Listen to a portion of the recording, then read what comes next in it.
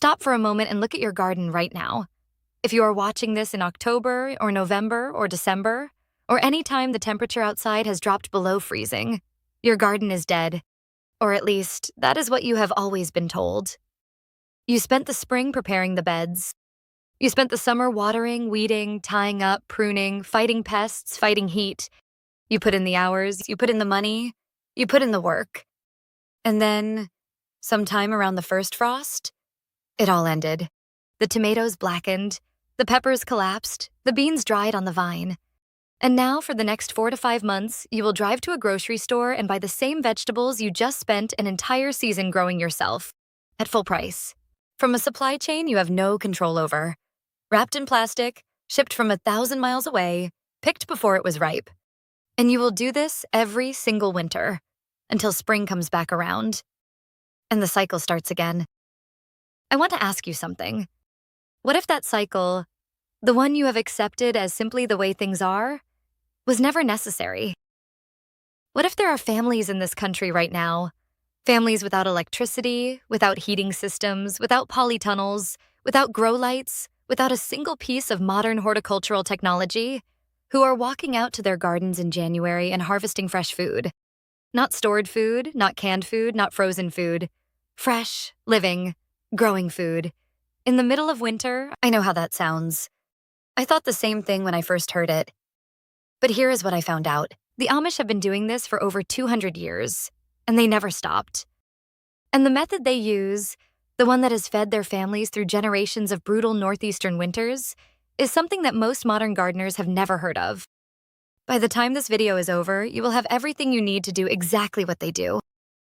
Stay with me, because in about 12 minutes, I am going to show you the specific construction method, the exact plant list, and the one temperature management technique that changes everything. And I have saved the single most important detail for the very end of this video. Because once you hear it, you will understand why this works when everything else fails. Let's begin. Let me show you the actual cost of the cycle most gardeners are stuck in. And I do not just mean money, though the money is real and we are going to talk about it. I mean the full cost. All of it. The time cost. The average home gardener spends between 200 and 400 hours per growing season on their garden. Planting, watering, weeding, harvesting, preserving. That is the equivalent of 5 to 10 full working weeks. For a growing season that lasts, in most of the United States, somewhere between 120 and 180 days. Then it ends. And for the remaining 180 to 240 days of the year, more than half the calendar, that investment produces nothing. Nothing in November, nothing in December, nothing in January, nothing in February. Half your year, zero output. The money cost. The average American household spends $1,100 to $1,800 per year on fresh produce. Roughly half of that, $600 to $900, is spent in the winter months when home gardens are dormant and every vegetable on your table comes from a commercial supply chain. That is money leaving your household every single winter. Predictably. Unavoidably. Because you accepted the idea that winter gardening requires heated infrastructure that costs thousands of dollars to build and hundreds more to run every month. The dependency cost. Every winter, your family's access to fresh food is entirely in the hands of supply chains, fuel prices, distribution systems, and weather events that you have absolutely no control over. The pandemic showed many families what that vulnerability looks like when those systems hiccup. Most people learned that lesson and then forgot it the moment the shelves refilled. The knowledge cost.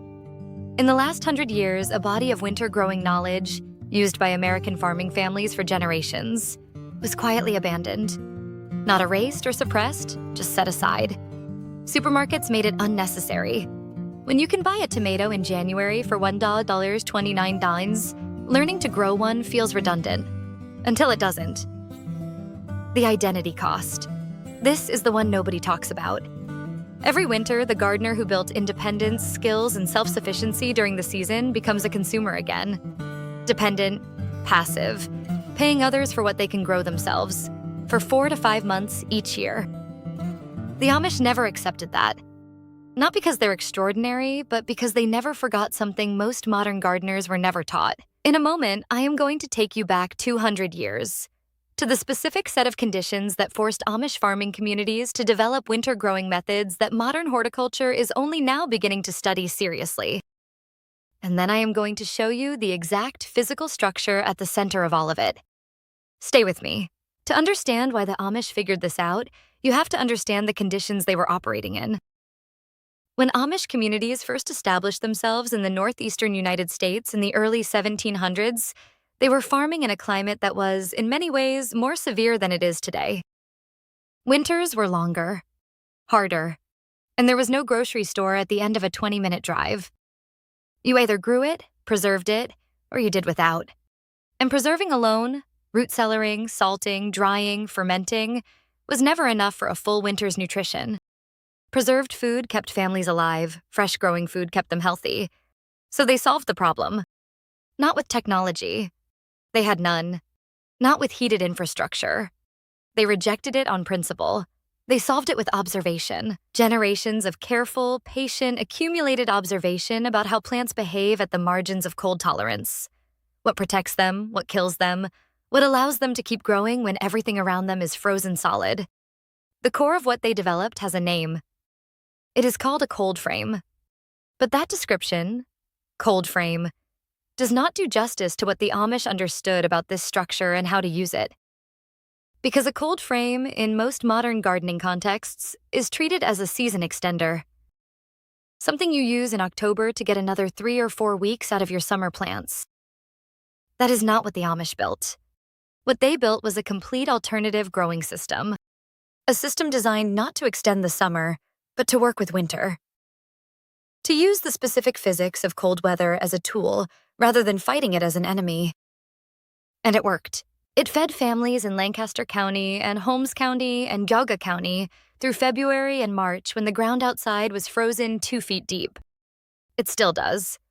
In communities across Pennsylvania, Ohio, Indiana, and Wisconsin, in places where winter temperatures regularly drop to 0 degrees Fahrenheit and below, Amish families are harvesting spinach, mush, kale, claytonia, and a dozen other crops that most modern gardeners have never planted.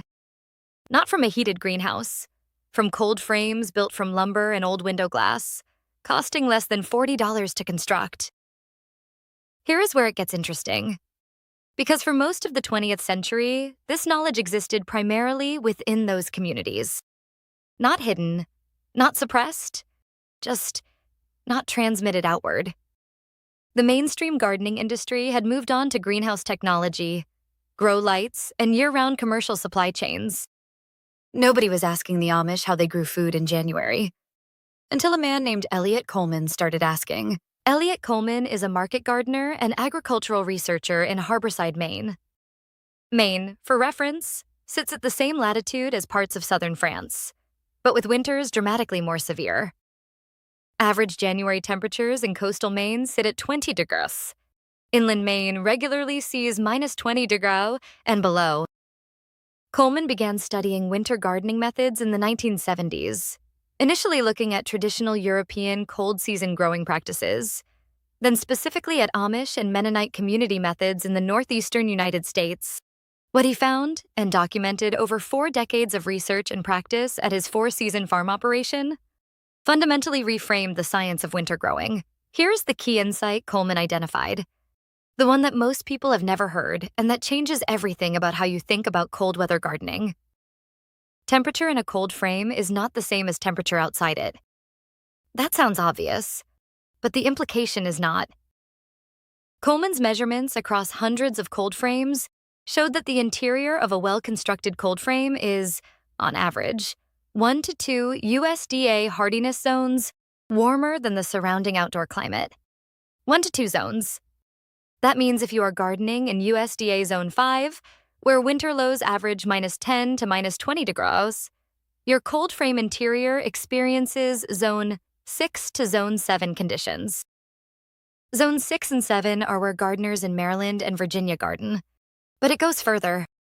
Coleman discovered that plants growing inside a cold frame are not primarily warmed by the air temperature inside the frame. They are warmed by the soil.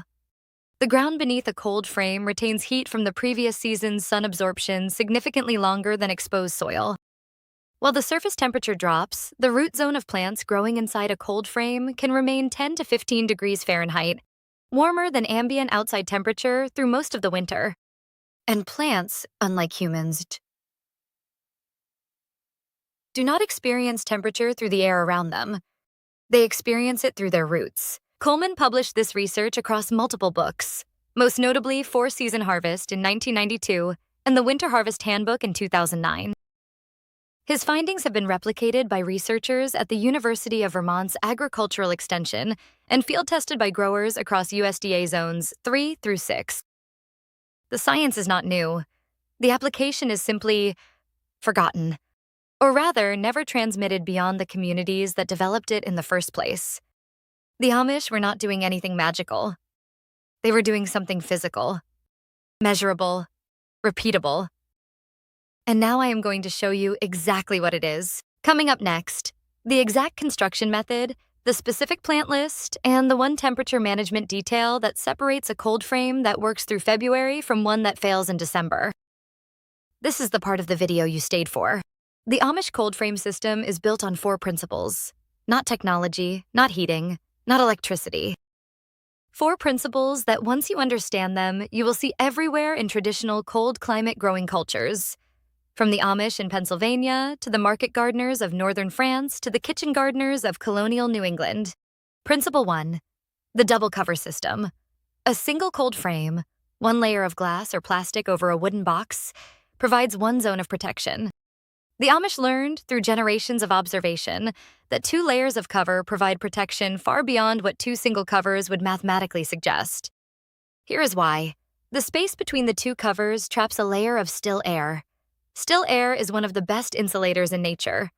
That dead air space, 3 to 6 inches between an outer cold frame and an inner row cover of lightweight fabric, can add another full hardiness zone of protection on top of the cold frame's existing zone advantage. 2 covers, 3 zones of protection. This is the double cover system Coleman documented when he studied Amish growing practices, and it is the single most underused technique in modern winter gardening. Principle 2. Thermal mass positioning. The Amish oriented their cold frames against south-facing walls or slopes wherever possible. The reason is thermal mass, the ability of dense materials to absorb heat during daylight hours and release it slowly through the night. A cold frame positioned against a stone barn wall or a south-facing slope gains 2 thermal mass sources. The south-facing angle that maximizes winter sun absorption during the short daylight window, and the wall or slope that acts as a heat battery, absorbing warmth during the day and releasing it into the cold frame space through the night. Modern cold frame instructions almost never mention this. It is the difference between a cold frame that works at 15 degrees F and one that fails at 25 degrees F. Principle 3. The plant list. Not all vegetables survive winter cold frame conditions equally. The Amish maintain specific knowledge of which crops to grow in cold frames, a knowledge base built through generations of trial, observation, and honest record-keeping. The core cold frame plant list, validated by Coleman's research and consistent with traditional Amish winter growing practices, is this. Spinach, the single most cold-hardy leafy green, survives to 15 degrees in a cold frame, grows slowly but continuously through the coldest months. Mash, corn salad, the plant that most modern gardeners have never heard of. Hardy to 5 degrees in a cold frame, has a mild nutty flavor, requires virtually no maintenance once established. Kale and collards improve in flavor after frost. Hardy to 10-15 degrees in cold frame conditions, productive through February in most northeastern climates. Claytonia, miner's lettuce. One of the most cold-tolerant salad crops in existence, grows actively in temperatures that kill most other plants. Arugula, fast-growing, cold-tolerant, provides harvest-ready greens within 40 days of planting even in cool conditions. Asian greens, tatsoi, mizuna, pak choi, extremely cold-tolerant, hardy to 15-20 degrees without cover.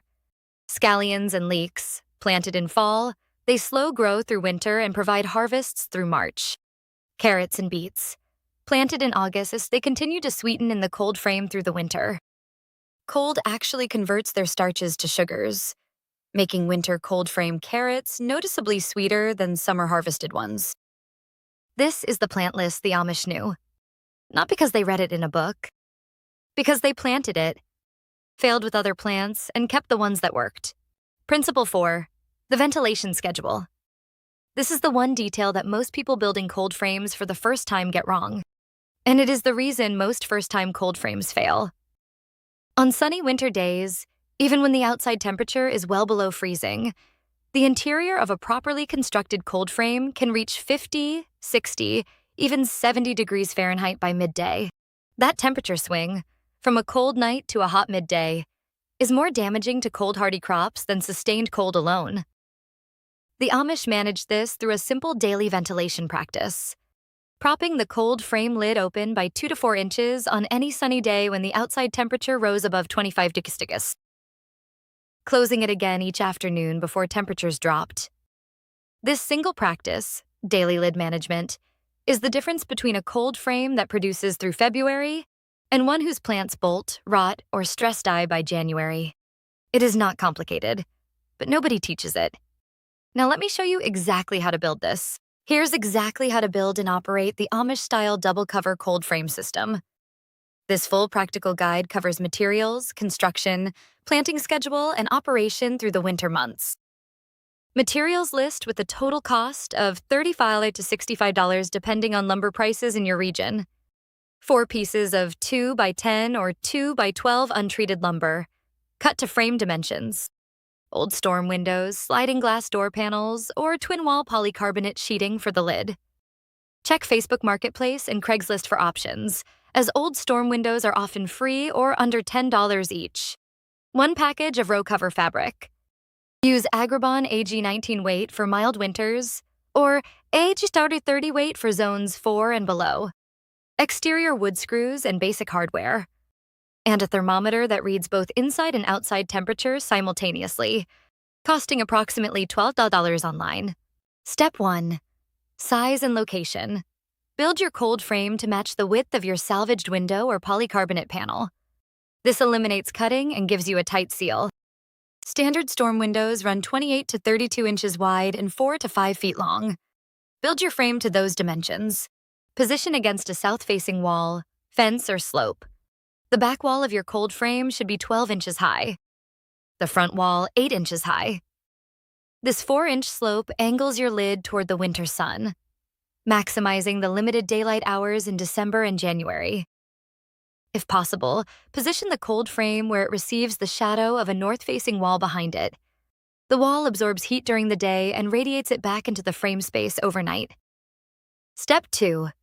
Construction. Assemble the 4 lumber pieces into a rectangular box at your site. Screw the corners together with exterior screws. No posts or stakes required. The frame sits directly on the soil. Set your lid, the window or polycarbonate panel, across the top. It should overhang slightly on all sides to shed rain and snow. Inside the frame, add 2 inches of finished compost to the existing garden soil and rake smooth. The soil inside a cold frame warms and stays warmer than surrounding soil. Do not use potting mix or raised bed mix, which insulates roots from soil heat. Step 3. The inner cover. Cut a piece of AG19 or AG30 row cover fabric to fit the interior dimensions of your cold frame. This inner fabric layer, laid directly on top of the plants on cold nights, creates the dead air insulation space that is the heart of the double cover system. On nights forecast below 20 degrees, lay this fabric across the plants before you go to bed. Lift it each morning when temperatures rise. This single addition to a standard cold frame extends its effective growing range by 1 full hardiness zone. Cost: $8 to $15 for a 12-foot length of Agribon row cover. Available at Johnny's Selected Seeds, Fedco Seeds, or most farm supply stores. Step 4. Planting schedule. This is where most people make their first mistake. They try to start cold frame growing in October or November, when it is already cold. The Amish planted their cold frame crops in August and September. Here is why this matters. Cold-hardy crops grown from seed in late summer establish deep root systems and build cold hardiness gradually, a process called hardening. By the time November arrives, these plants have weeks of cold exposure behind them and are physiologically prepared to handle winter conditions. A spinach plant seeded in mid-September will sit relatively dormant through the coldest weeks of December and January, not growing much, but surviving comfortably. And then as day length increases through February and March, will surge back into active growth just when you need it most. Seed your cold frame in 3 waves. First week of August, carrots, beets, leeks, scallions. First week of September, spinach, mosh, kale, Asian greens, claytonia. First week of October, arugula, winter lettuce varieties. Last harvest before they slow. By mid-October, your cold frame should be full, established, and ready to be managed through the winter. Step 5. Winter management. Open the lid 2 to 4 inches on any sunny day when outside temperatures are above 25 degrees. Close it every afternoon, 2 hours before sunset. After heavy snow, clear snow from the lid. It blocks the light your plants need. Leave a thin layer of snow around the outside of the cold frame. It acts as additional insulation against wind. Check your dual thermometer daily. If interior temperature exceeds 50 degrees on a sunny day, the lid needs more ventilation. Water every 10 to 14 days. Cold frame soil dries slowly but does dry.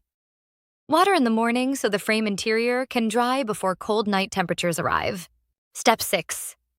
Harvesting. Harvest outer leaves only, never the growing center of the plant. A single spinach plant managed this way can produce harvestable leaves continuously for 4 to 6 months. A cold frame measuring 4 feet by 5 feet, 20 square feet of growing space, can realistically provide 1 to 2 fresh salads per week for a family of 4 from November through March. That is 20 to 25 weeks of fresh food from a structure you can build in an afternoon for under $60. I told you at the beginning of this video that I had saved the most important detail for the end. Here it is. Everything I have shown you today, the double cover system, the thermal mass positioning, the plant list, the ventilation schedule, all of it works. But none of it matters if you do not understand the single most important truth about winter growing. The goal is not to create summer inside a cold frame. The goal is to meet the plants where they are. Cold hardy crops in winter do not want 65 degrees. They do not want summer conditions. They are built for cold. Bred by generations of natural selection to thrive in exactly the conditions your cold frame provides. What they need from you is not warmth. They need protection from the extremes, the sudden deep freezes, the desiccating winds, the ice formation in root zones. The cold frame provides exactly that. Nothing more, nothing less.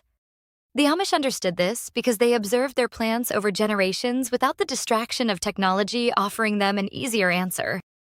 They did not ask how to fight winter. They asked how to work with it.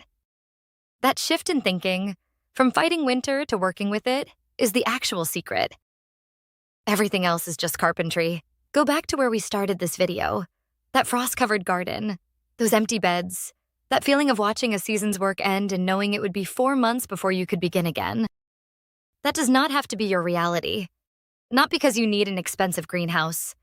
Not because you need grow lights or heat mats or a climate control system. But because families with no electricity and no modern technology, families who made a choice 200 years ago to rely on their own hands and their accumulated knowledge rather than any system outside themselves, figured out how to feed their children through the coldest months of the year.